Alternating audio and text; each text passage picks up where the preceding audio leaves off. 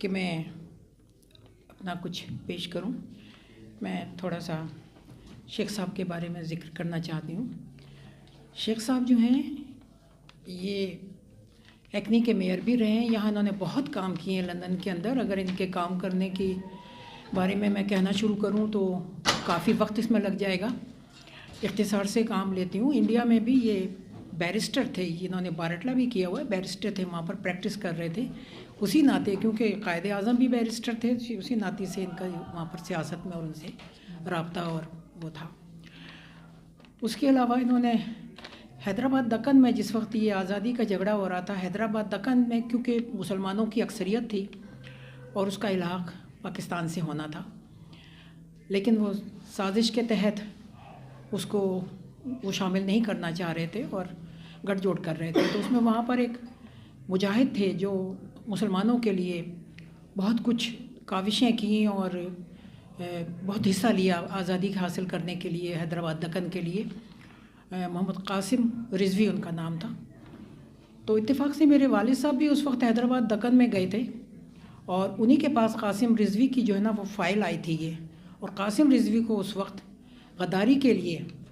موت کی سزا دی جا رہی تھی اس فائل کے اندر، کیونکہ یہ سارا کام جو تھا میرے والد صاحب کی ذمہ تھا۔ اب ان کو یہ فکر لاحق ہو گئی کہ اگر اس کو پھانسی دے دی گئی تو جو آزادی کی جنگ یہ حیدرآباد دکن میں لڑ رہے ہیں یہ ختم ہو جائے گی۔ تو انہوں نے اللہ کو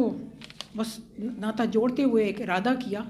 اور خاموشی سے قاسم رضوی سے جا کے بالکل خاموشی، اور قاسم رضوی سے یہ کہا کہ یہ صرف اللہ کو معلوم ہے اور آپ کو اور مجھ کو، وہاں ان کی ملاقات کی قاسم رضوی سے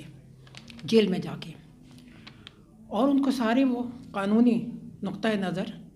جو سارے تھے جو کیس کے لیے تیار کیے ہوئے تھے اور اس کو پھانسی کا وہ دیا جا رہا تھا، وہ سب ان کو آگاہی دے دی اور کہا کہ آپ اپنے لائر سے اس چیز کے لیے ڈیفینس کریں۔ اور اتفاق دیکھیے کہ میں ابھی 2-4 دن پہلے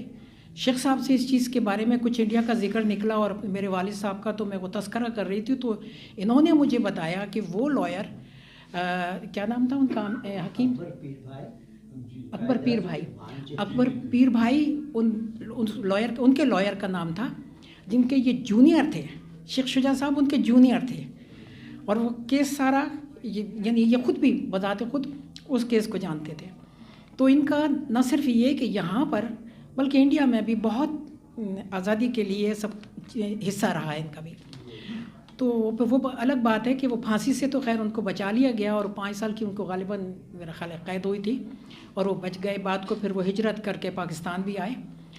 تو شیخ صاحب کے بارے میں ہی بات کرنا چاہ رہی تھی کہ جو کہتے ہیں نا بچپن سے ایک انسان جو ہوتا ہے اس میں وہ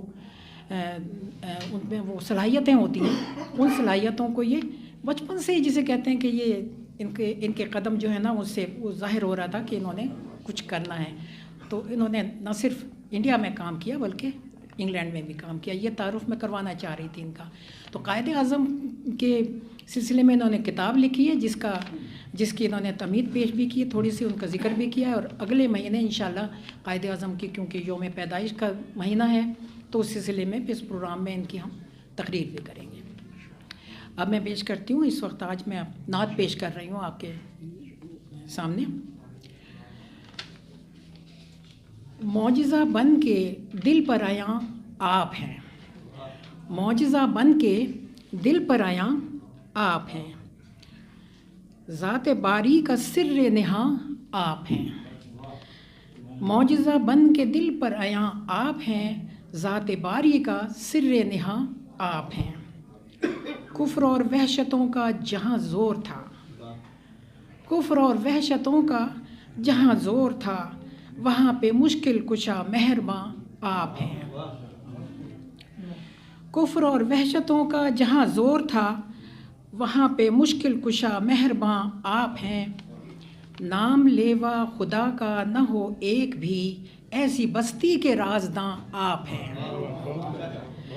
نام لیوا خدا کا نہ ہو ایک بھی، ایسے بستی کے رازداں آپ ہیں، نور خیر الورا لے کے اتری ہے جو، نور خیر الورا لے کے اتری ہے جو، فضل کی وہ حسیں کہکشاں آپ ہیں، نور خیر الورا لے کے اتری ہے جو، فضل کی وہ حسیں کہکشاں آپ ہیں، کونے کونے میں پہنچی صداقت کی خو، کونے کونے میں پہنچی صداقت کی خو، حق کی تعلیم کے ترجمہ آپ ہیں، حق کی تعلیم کے ترجمہ آپ ہیں، آپ کے دم سے خوشبو کے ہیں سلسلے، آپ کے دم سے خوشبو کے ہیں سلسلے، باغ اسلام کے گل فشاں آپ ہیں، باغ اسلام کے گل فشاں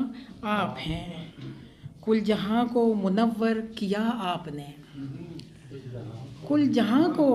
منور کیا آپ نے، ساری مخلوق پر مہرباں آپ ہیں، کل جہاں کو منور کیا آپ نے، ساری مخلوق پر مہرباں آپ ہیں، آپ خیر البشر خاتم الانبیاء، آپ خیر البشر خاتم الانبیاء، آپ نور الہدیٰ جادواں آپ ہیں، آپ نور الہدیٰ جادواں آپ ہیں، رب کا پیغام پڑھ کے یہ سب کہہ اٹھے، رب کا پیغام پڑھ کے یہ سب کہہ اٹھے، دین اسلام کے پاسباں آپ ہیں، دین اسلام کے پاسباں آپ ہیں، ظلمتیں مٹ گئیں راحتیں مل گئیں، ظلمتیں مٹ گئیں راحتیں مل گئیں، حق کی گونجی صدا وہ اذاں آپ ہیں، حق کی گونجی صدا وہ اذاں آپ ہیں، اس جہاں کے سبھی دیدہ ور لوگ بھی، اس جہاں کے سبھی دیدہ ور لوگ بھی، کہہ اٹھے آسمانی زباں آپ ہیں، کہہ اٹھے آسمانی زباں آپ ہیں، میں محمد کی سنت پر چلتی رہوں، میں محمد کی سنت پہ چلتی رہوں، مجھ گناہ گار کے پاسباں آپ ہیں، مجھ گناہ گار کے پاسباں آپ ہیں، میں محمد کی سنت پہ چلتی رہوں، میں محمد کی سنت پہ چلتی رہوں، مجھ گناہ گار کے پاسباں آپ ہیں، اب قمر نے بھی بے ساختہ یہ کہا، اب قمر نے بھی بے ساختہ یہ کہا، از ازل تا ابد ذو فشاں آپ ہیں،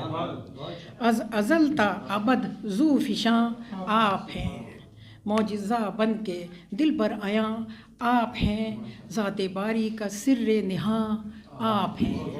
شکریہ، بہت بہت شکریہ۔ خوبصورت محفل کا اختتام ہوا، اور انشاءاللہ تعالی دسمبر میں اگر آپ لوگوں کو قائد اعظم کے اوپر کچھ لکھنا ہو، کوئی مقالہ کوئی سنانا چاہتا ہو تو مجھ سے ضرور رابطہ کیجیے، کیونکہ اگلا مہینہ جو ہے وہ ہمارے پاکستان کے لیڈر قائد اعظم محمد علی جناح، جنہوں نے ہم کو ایک آزاد ملک دیا، آزادی کی سانسیں دیں اور ایک عزت کا مقام دیا، ان کی وہ جہد جو تھی اس کا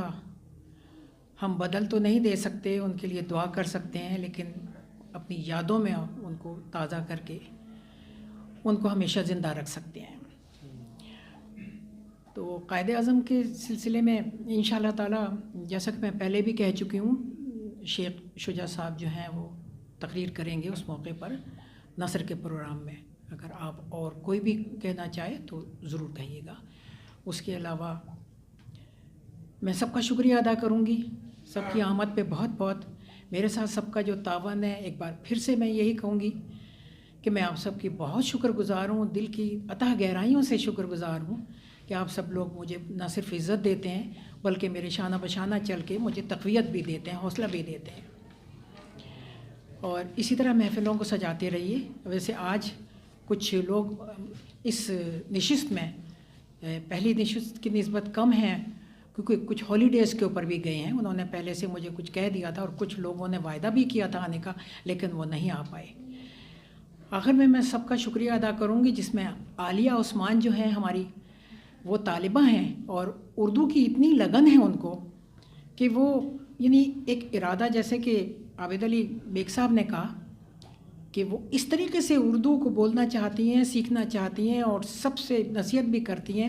کہ آپ اگر اردو بولیں تو اس میں پوری کوشش یہ ہو کہ ایک لفظ بھی انگریزی کا نہیں آنا چاہیے. اور یہ بالکل ایک بہت بڑا اصول ہے یہ، جس کی انہوں نے یعنی جس کا اظہار کیا انہوں نے، اور یہ واقعی حقیقت بھی ہے کہ ہم لوگ جو ہے نا اس ملک میں بھی آ کے اور پاکستان میں بھی اکثر، دوسری مثال یہی کہوں گی کہ کھچڑی پکانے لگ گئے ہیں، کچھ انگریزی اور کچھ اردو کو ملانے لگ گئے ہیں. تو کوشش یہی ہونی چاہیے کہ ہماری زبان بہت خوبصورت ہے، اس میں ہماری تہذیب بھی ہے، اور یہ اس کو ہم اس کے اصل حیت کے حساب سے ہی قائم رکھیں، جیسی ہے اسی کو ہماری پوری کوشش ہونی چاہیے. کیونکہ ہم ادیب اور شعراء خاص طور پہ تگ و دو کر رہے ہیں اس ادب کو پروان چڑھانے کے لیے، اردو کی ترقی و ترویج کے لیے. تو ہماری کوشش سب سے پہلے ہونی چاہیے. سیکھنے والے جو بچے ہیں وہ ہمارے ہی نقش قدم پر چلیں گے. عالیہ کا میں ایک دفعہ بہت شکریہ ادا کرتی ہوں، بہت اچھی بچی ہے ماشاءاللہ.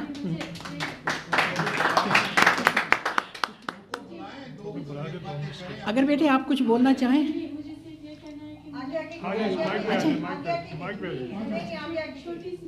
جی جی.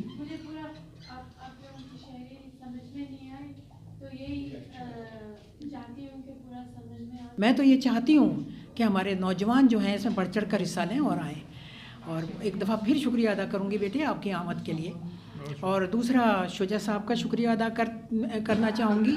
کامران زبیر کا، اور اس کے علاوہ صوفیہ بہن کا، انہوں نے بھی میرا ہاتھ بٹایا،